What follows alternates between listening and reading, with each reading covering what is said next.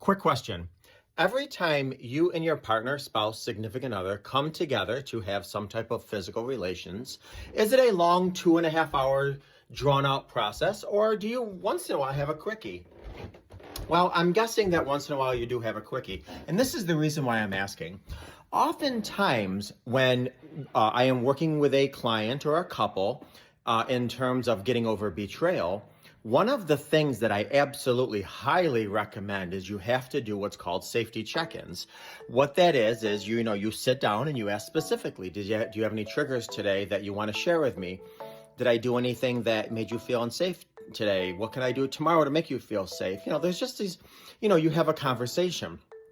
However, you don't always have to have this long, drawn-out conversation. You can have also a quickie. What does that mean? That means you're in the kitchen and you go to get a pan and you basically walk by your spouse and you say, I love you and I'm so sorry we're in this mess.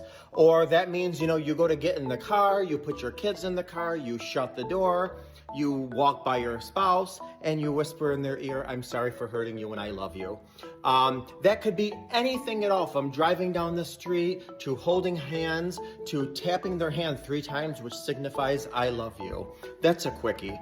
So we don't need these long get out pen and paper and let's set up for this big, huge argument and discussion that's going to lead to screaming and no sex for 4 days and arguing and getting kicked out of the house. Those may happen, but if you can't motivate yourself to get into those deep, deep, long discussions, how about a quickie? One of the things I hear about constantly when I'm talking with couples or clients that say my spouse just, A, doesn't get it, and B, I feel so alone. I just feel so alone. So every day when the person that was betrayed feels hurt and triggered and angry, and then they drive by a hotel or drive by a farm or drive by a house or drive by a car that reminds them of something, their nervous system is so dysregulated, they want to explode, implosion. And sometimes just simply you looking at them and saying, I'm here. Thank you for giving me a second chance. I love you. We're going to get through this together. I'm so sorry I was not strong enough to protect you from my weaknesses. Any of the above statements or less or more or any variation of is a simple quickie. It's a check-in, a quick check-in.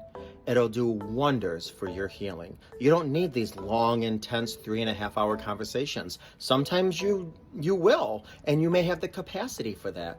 But I don't want to hear, oh, my daughter got married and work's been stressful and I got a flat tire the other day when I was planning on talking to my wife or my husband. Life is going to happen. Life is going to happen. And so sometimes you need a quickie.